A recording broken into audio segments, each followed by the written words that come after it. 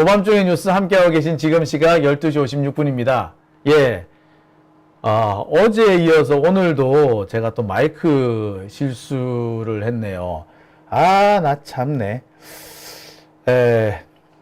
이 핏대 올리고 나면은, 제일 안 좋은 게 이거예요. 소리가 안 들린다고요. 네. 마이크 좀 그만 끄라고 죄송합니다. 참네. 네. 자, 아까 제가 무슨 얘기를 했느냐면요. 아까 어떤 분이 방송 열심히 하신다고 이렇게 말씀을 해주셨어요. 왜 방송 열심히 하는지 알 것 같다. 지난 대선 때를 생각하면은 왜 방송 열심히 하고 왜 이렇게 핏대를 올린지 알 것 같다라고 말씀해 주셨어요. 그렇죠. 제가 그 지난 대선 때 생각하면은 많은 생각이 듭니다. 네. 아이고, 참. 쏴리 질러라고 하셨어요. 잠깐이어서 괜춘이라고 하셨네요. 무언극이 재밌으시다고요? 참네. 제가 한동안 요새 이 오디오 사고를 안 쳤는데 또 오디오 가지고 또 시작을 하네요. 예. 역시 핏대는 함부로 올리면 안 돼요. 그죠? 예, 꼭 이런 실수로 이어집니다. 루시님, 워워라고. 자, 빈카빈님 오셨고요. 수도김님도 오셨네요.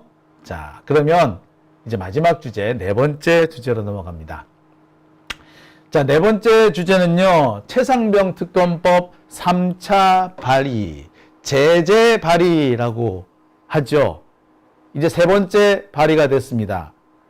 이번 3차 발의에는요, 지난 그 청문회에서 드러났던 여러 가지 사안들을 포함합니다. 이종호 관련 의혹, 그리고 최상병 특검이 김건희 특검으로 이어질 수 있다는 그 매개고리까지 다 한꺼번에 수사하도록 만들어뒀습니다. 자, 이렇게 최상병 특검법 제3차 발의가 진행이 되면서 한동훈이 코너로 몰리기 시작할 것 같습니다. 사실 최상병 특검법 3차 발의는 이미 정해져 있는 거지만 이 3차 발의는 한동훈한테도 상당히 곤욕스러운 상황이 될 겁니다. 지금까지는 이 최상병 특검법이 한동훈한테는 직접적인 어떤 문제나 압박 요인이 되지는 않았을 거지만 이번에는 한동훈한테도 정치적 시험대가 될 겁니다. 한동훈이 실력을 한번 보여봐 라는 게 될 거예요. 이유는 바로 제3자 지명특검법 때문입니다. 최상병 특검을 한동훈이 반대한 이유가 뭐였어요? 민주당과 조국혁신당이 특검을 지명하는 것 때문이라고 그러지 않았나요? 그러면서 제3자 지명특검을 하자라고 얘기를 했습니다. 그런데 지금까지 한동훈은 이 제3자 지명특검 발의 안 하고 있어요. 언제는 지가 먼저 하겠다며. 근데 안 하고 있잖아. 자, 이 상황에서 다시금 최상병 특검법이 발의가 됐다는 건 뭘 말하느냐. 한동훈이 그렇게 애타게 요구했던 제3자 지명 특검법이 테이블 위에, 논의 테이블 위에 올라올 수밖에 없게 만드는 거죠. 어쩔 수 없이 올라와야 되는 거야. 국힘당이 무작정 반대 못해. 야, 니들 제3자 지명 특검법 한다며. 그거 갖고 와봐. 갖고 와서 같이 논의하자. 라고 얘기가 되는 거죠. 제3자 지명 특검법이 한동훈한테 왜 압박이 되느냐고요? 예. 제3자 지명 특검법은 윤석열이 질색팔색하는 법안이기 때문입니다. 아울러서 반한동훈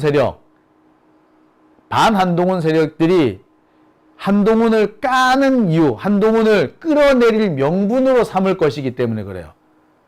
신평이라든지 홍준표 같은 사람들은 제3자 지명 특검법이 제2의 박근혜 국정농단 특검이다. 즉 윤석열 특검으로 가기 위한 징검다리다 라고 주장을 하고 있어요. 따라서 3자 지명이든 4자 지명이든 어쨌건 특검 자체가 안 돼 라는 거였는데 한동훈이 제3자 지명 특검한다.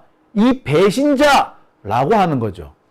즉 한동훈으로서는 지금까지 지가 입 밖으로 꺼냈던 제3자 지명 특검법을 할 것이냐 그래서 배신자가 될 것이냐, 그게 아니면 윤석열의 꼬붕으로 살아남을 것이냐, 이 선택의 갈림길에 서는 겁니다. 지금까지 보면 한동훈이 윤석열하고 상당히 거리를 두고 마치 한동훈이 윤석열의 아바타가 아닌 것처럼 이렇게 연극을 하고 있는데, 그게 다 연극이라는 사실이 바로 이 제3자 지명 특검법을 통해서 드러나게 되는 겁니다. 그러니 한동훈으로서는 선택의 기로에 서는 거죠. 압박이 될 수밖에 없습니다. 자, 그래서 이 최상병 특검법 3차 발의가 중요한 거죠.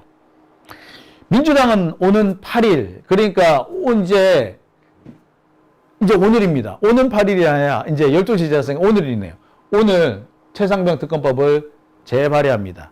이번에 발의되는 것은 이종호 로비 의혹 등 추가 의혹이 대거 포함이 됩니다. 민주당이 이 최상병 특검법을 3차 발의하겠다라고 하니까 언론들에서 일제히 뭐라고 얘기하느냐면 한동훈을 압박하는 거다라고 기사를 씁니다.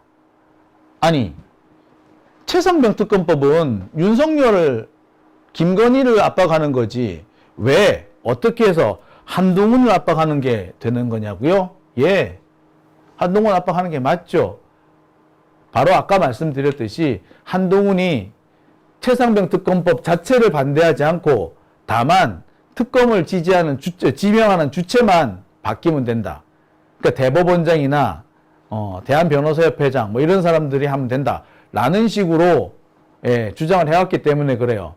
그러면서 심지어 민주당은 왜 제3자 지명 특검법에 대해서 아무런 말도 하지 않느냐라는 식으로 깐족됐죠.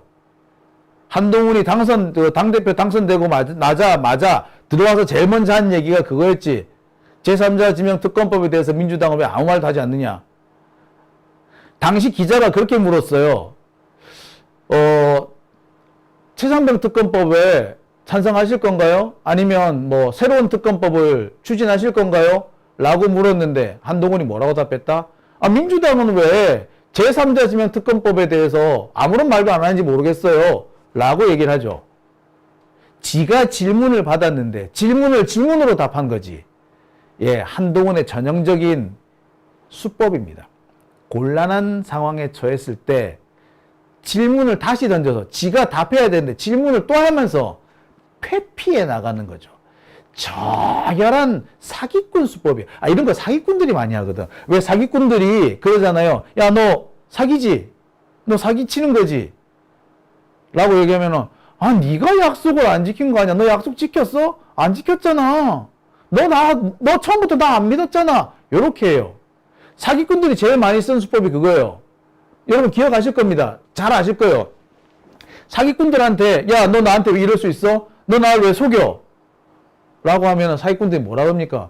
야, 너 애치당초 나 믿지도 않았잖아. 근데 이제 와서 속였다면 이런 식으로 얘기를 해. 넌 나 철저하게 믿지도 않으면서 왜 그래? 지금이라도 한번 믿어봐. 이런 식으로 얘기를 해요. 상대방한테 탓을 떠넘기죠. 왜 속였는지 안 속였는지 말하지 않습니다. 사기꾼들이 항상 그런 화법을 써요. 그런데 누가 그런 화법을 쓴다? 한동훈이 쓴다. 달리 말해서 뭐다? 한동훈은 사기꾼이다. 이 말이에요. 아무튼 한동훈은 제3자 특검법을 엄청 강조해 왔어요.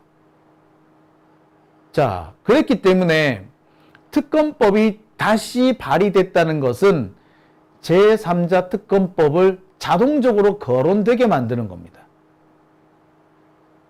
한동훈이 그동안 입을 쳐닫고 있었는데 그 입장이 이제 판가름이 나는 겁니다.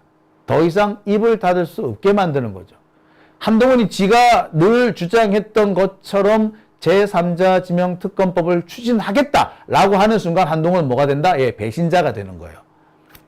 그러면 윤석열 쪽 반한동훈 측에서 대대적인 쿠데타를 일으킬 겁니다.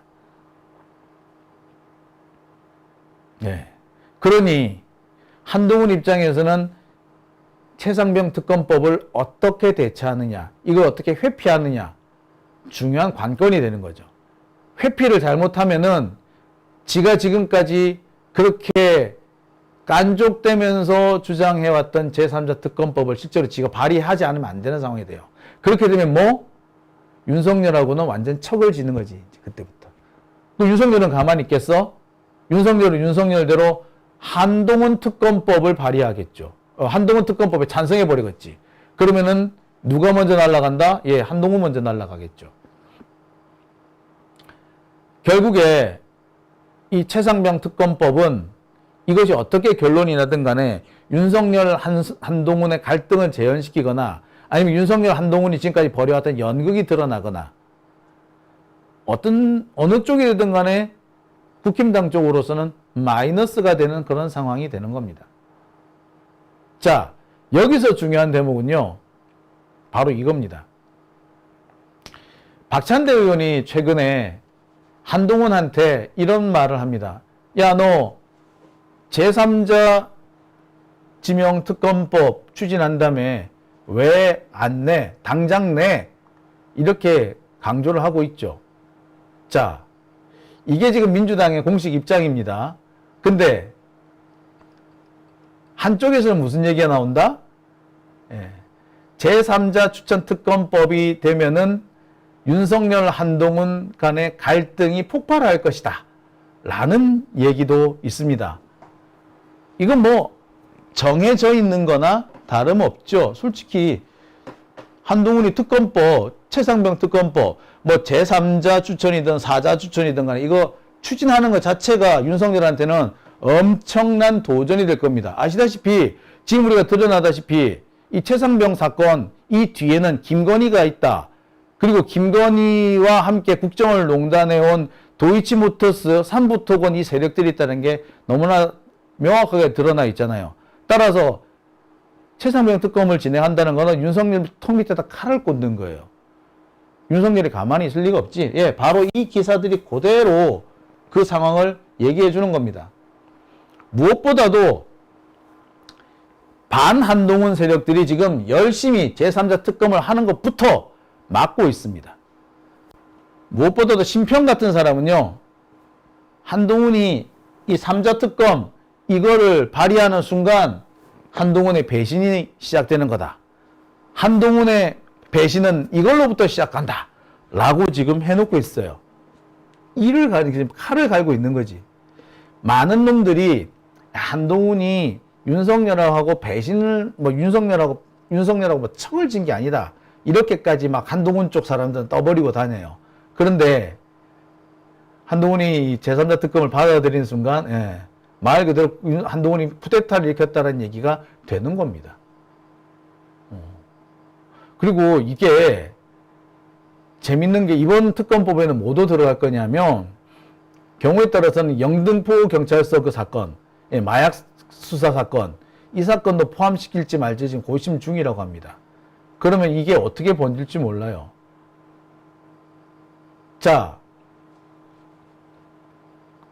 한동훈이 그렇게 나오면은 윤석열은 윤석열대로 가만 안 있겠죠. 예, 한동훈 특검이 지금 현재 발의가 되어 있고 이거 역시도 지금 청문회가 열릴 예정입니다. 그럼 어떻게 되겠어? 예. 사실 앞으로 지금 청문회가 줄줄이 지금 예정돼 있어요. 지금 김건희 특검법 청문회도 예정이 돼 있고 한동훈 특검법 청문회도 예정이 돼 있고 청문회 줄줄줄이야. 윤석열이 이 좋은 기회를 날리겠어요? 아니지. 한동훈 네가 날 배신했어? 그래. 네가 장군 불렀으면 나도 멍군이다. 너도 하나 먹어봐라. 라고 하겠죠. 자, 정리하면 그렇습니다. 최상병 특검법은 민주당이 어떤 형태의 법안을 내든 간에 이것은 윤석열과 한동훈 사이의 시험대, 윤석열과 한동훈이 어떤 관계인지를 시험할 수 있는, 그 향후에 이들이 계속 같이 갈 수 있는지를 확인해 줄 수 있는 시험대, 바로미터, 리트머스 시험지 역할을 하게 되는 겁니다. 둘이가 진짜 치고받고 본격적으로 싸우거나 지금까지 우리 연극이었어요 라고 자백을 하거나 서두를 건 없습니다. 차근차근 우리는 압박을 강화해 나가면 돼요. 지금 과방위에서 청문회를 열죠. 아마 계속해서 법사위에서도 청문회를 이어갈 겁니다. 과방위와 법사위 말고 다른 데서는 또 왜 가만히 있는지 모르겠습니다. 다른 이런데 다른 상임위 같은 데서는 뭐 하고 있나 몰라. 그죠? 자, 그러니까 요새 보세요. 과방위하고 법사위를 왜 그렇게 국힘당이 그렇게 가져가고 싶어 했는지 여기서 너무나도 역력하게 드러나지 않습니까? 그 두 개를 우리가 뺏겼을 때 우리가 왜 아무것도 못했는지 이제 너무나도 명확하게 드러나잖아요. 그 두 개를 우리가 갖고 왔을 때 또는 그 두 개의 상임위원회를 수박들이 쥐락펴락하고 있을 때하고 그렇지 않을 때하고 완전히 역할이 다르지 않습니까? 그 법사위 박광훈이 위원장 할 때 얼마나 무기력했는지 여러분 기억하시죠? 과방위 조승래가 위원장하고 있을 때 얼마나 엉터리였는지 혹시 기억하십니까? 근데 완전히 바뀌지 않습니까? 네, 이런 겁니다. 왜 우리가 그거 위원회를 가지고 왔어야 되는지 너무나도 명백하게 드러나는 겁니다.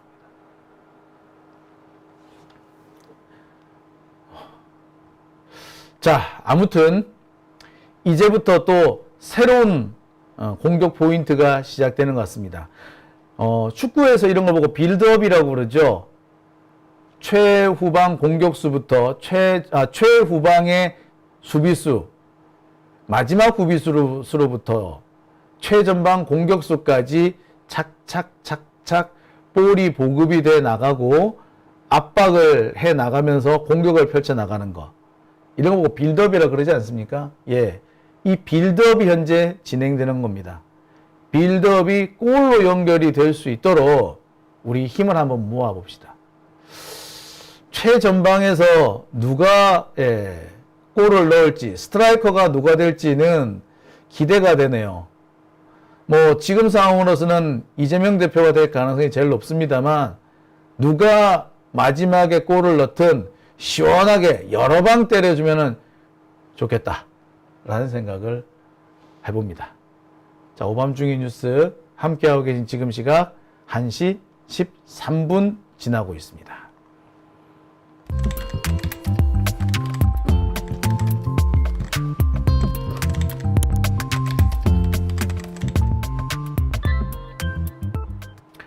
다이크님,